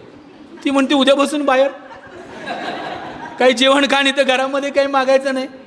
म्हणजे अध्यात्माचा, म्हणून यामध्ये आपण आपलं जीवन जगत असताना एक नीट लक्षात ठेवायला पाहिजे की एक आपण व्यावहारिक पातळीवर जीवन जगतो, एक आध्यात्मिक पातळीवर जीवन जगतो, एक बौद्धिक पातळीवर आपण जीवन जगतो, कौटुंबिक पातळीवर, सामाजिक पातळीवर, राष्ट्रीय. एकाच वेळेला हे जीवन जगणं इतकं सोपं नाही आहे, प्रोव्हायडेड यू थिंक.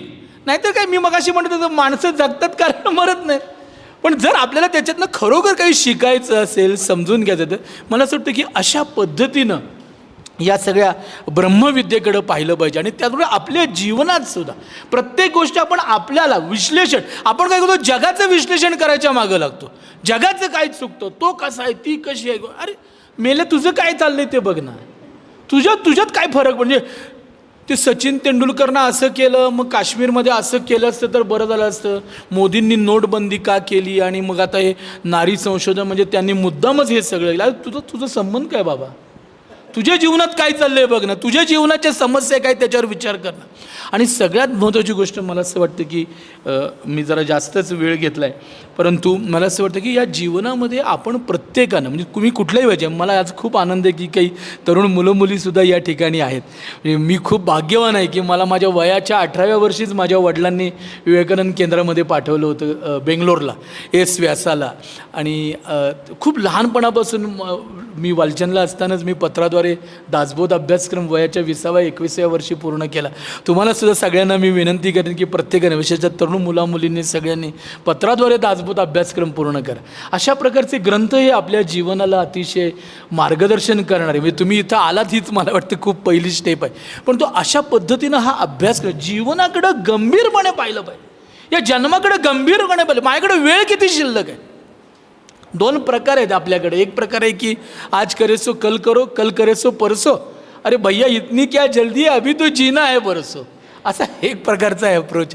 आणि दुसरा प्रकारचा, अरे नाही आज कल करे सो आज कर, आज करे सो अभी, अभी भैया जल्दी करो, पलभर में परैली हो जाएगी. दुपार होईल, सकाळचं काम सकाळी आवर. किंवा काल पण रात्री मला प्रणवजींनी सांगितलं, अतिशय मला आवडलं ते उदाहरण, की प्रयत्न आणि प्रारब्ध हे 2 मित्र आहेत. पण त्यातला खरा आपल्याला करता येण्यासारखा जो मित्र आहे तो प्रयत्न हाच आहे. प्रयत्न करत राहणं. आपल्याकडे किती वेळ उपलब्ध आहे आपल्याला जीवनात. आणि म्हणून एका बाजूला या अध्यात्म मार्गावर, परमार्थ मार्गावर चालताना सुद्धा आपल्या अगदी जीवलगांच्या तुटी पडायला लागतात. इतकं सोपं नाही आहे. आपण ज्या सगळ्याला खरं मानतो आपल्या आजूबाजूला, मग आपल्याला भीती वाटते, अध्यात्माची भीती वाटते. मग मला घरदार सोडायला, अरे तुला ही पृथ्वीच सोडून जायची आहे बाबा, घरदार सोडायचा काय विचार करतोस. म्हणजे एक तुम्हाला सांगतो, एवढं सांगून मी माझ्या वाणीला विराम देणार आहे की प्रत्येक जण इथं आलेला, तुम्हाला सगळ्यांना माहीत आहे ते यक्ष प्रश्नाचं जे काही प्रकरण आहे ते, प्रत्येक जण निश्चय करून आला, काय वाटेल ते झालं तरी मी मरणार नाही. किती मी प्रेत या अंत्ययात्रांना जरी गेलेलो असलो, तिथनं बाहेर आलो, जरा तोंडावर पाणी मारलं, 1-2 चहा मारला की लगेच मी म्हणतो बास, मला काय होणार नाही. तो गेला, मला 100% काही होणार नाही. या माझा निश्चय आहे की मी काय वाटेल ते झाली तरी मरणार नाही. आणि तिथं आमचा तो दादा बसलाय, यमराज, ते जे चित्रगुप्त वगैरे सगळी फौज. म्हणजे आता तर म्हणे गुगलचा जो मॅप आहे तो मेल्यानंतर सुद्धा मार्ग दाखवतो. म्हणजे हा रस्ता या बाजूनं, इकडनं उजवीकडे टर्न, डावीकडं, इथं. म्हणजे एवढी प्रगती आता माणसानं केलेली आहे असा तो भाग. तर त्या ठिकाणी त्यानं मात्र ठरवलं की तू बाबा काही ठरव, तू काही निश्चय कर, मी तुला नेल्याशिवाय राहणार नाही. म्हणजे त्यानं 100% हे सांगितलेलं आहे. अशा वेळेला जिंकणार कोण आहे? जिंकणार तोच आहे. मी जिंकणंच शक्य नाही, मी कितीही जरी निश्चय केला काय. त्यामुळे माझ्याकडं अनेकदा असं वाटतं की काय बघू ना नंतर, काय घाई आहे, नंतर विचार. आणि म्हणून मी जे काही मगाशी अत्यंत सुरुवातीला आग्रहानं प्रतिपादन केलं की या देशामध्ये एक अशा प्रकारचे लोक राहत होते आणि ते हजारो लाखो वर्ष, म्हणजे आता अजूनही हे भांबावले, ज्यांना तिला सिंधू सिव्हिलायझेशन म्हणायचं का सरस्वती म्हणायचं का, वसंत शिंदे माझे चांगले मित्र आहेत, डेक्कन कॉलेजचे व्हाईस चान्सलर होते, अजूनही ते इसवी सनच्या मागे 4-5 हजार वर्ष 6 हजार वर्षाच्या मागे जायला तयार नाहीत. आणि we are talking about a Kaliyuga of 4,32,000 year, Dwapar Yuga 8,64,000 म्हणजे, आणि आता हे 7व्या वैवस्वत मनूचं 28वं मनवंतर सुरू आहे. आणि त्यातलं म्हणजे काळाची एवढी अथांग लांबी आम्ही जिवंत ठेवल्या. म्हणजे जगातल्या सगळ्या सिव्हिलायझेशन नष्ट झाल्या तरी देखील एकमेव सनातन ही शिवी नाही आहे. सनातन म्हणजे नित्य नूतन आणि जे लवचिक आहे, जे काळानुरूप बदलायला तयार आहे, युगानुकूल बदलायला तयार आहे, तेच सनातन. जे नित्य आहे, जे स्थिर आहे, तेच सनातन. त्याचे आम्ही पाईक आहोत. आणि त्यातून आपल्याला म्हणजे आजच्या या काळामध्ये मला असं वाटतं की मला वैयक्तिक जीवनामध्ये प्रत्येकाला मोक्ष हवा आहे. मोक्ष असं काही डेस्टिनेशन वगैरे नाही. अनेकांना वाटतं की मला ॲडव्हान्स बुकिंग करता येईल का, म्हणजे जसं काश्मीरचं बुकिंग करतो किंवा कंबोडियाचं बुकिंग करतो तसं. ती एक मनाची स्टेज आहे, एक जीवनमुक्तीची अवस्था आहे आणि त्यासाठी आत्यंतिक परिश्रम करायची गरज आहे. त्यासाठी मला असं वाटतं की आपल्या बुद्धीला, आपल्या डोक्याला, आपल्या विचारांना, आपल्या मेंदूला अत्यंत त्रास देण्याची गरज आहे. आणि म्हणून मी तुम्हा सगळ्यांना विनंती करतो की कृपया न घाबरता पुन्हा पुन्हा पुन्हा अशा शिबिरांना येत राहा. अशा प्रकारे सज्जनगड असू दे किंवा कुठल्याही ज्या ज्या ठिकाणी जिथं जिथं संधी मिळेल तिथं असे विचार ऐकणं, अशा ठिकाणी जाणं, अशा लोकांची चर्चा करणं, ते रील्स बघणं. म्हणजे मी सुद्धा बघतो, मी पण काही वेगळा आहे वगैरे अशातला भाग नाही, कारण त्याचा मोह इतका आहे, त्याचं ॲडिक्शन इतकं आहे. पण त्याचासुद्धा आपल्याला चांगला उपयोग करून घेतील की माझे जे सद्गुरू आहेत डॉक्टर श्रीकृष्ण दत्तात्रय, त्यांचा एक वेदांत भास्कर या नावाचं एक अतिशय चांगलं यूट्यूब चॅनलवर त्यांचे व्हिडिओ, ते सुद्धा तुम्ही ऐका. समर्थ सेवा मंडळाचं अतिशय चांगलं यूट्यूब चॅनल आहे, तर ते सुद्धा तुम्ही ऐका. तर तुम्ही सगळ्यांनी, मला असं वाटतं या शिबिराला इथं आलेल्यात माझ्या ज्या काही अतिशय थोड्याशा बुद्धीप्रमाणे आणि जी काही माझं अतिशय अल्पस्वल्प ज्ञान आहे त्या दृष्टीनं मी मांडुक्य उपनिषदावर भाष्य करायचा प्रयत्न केला.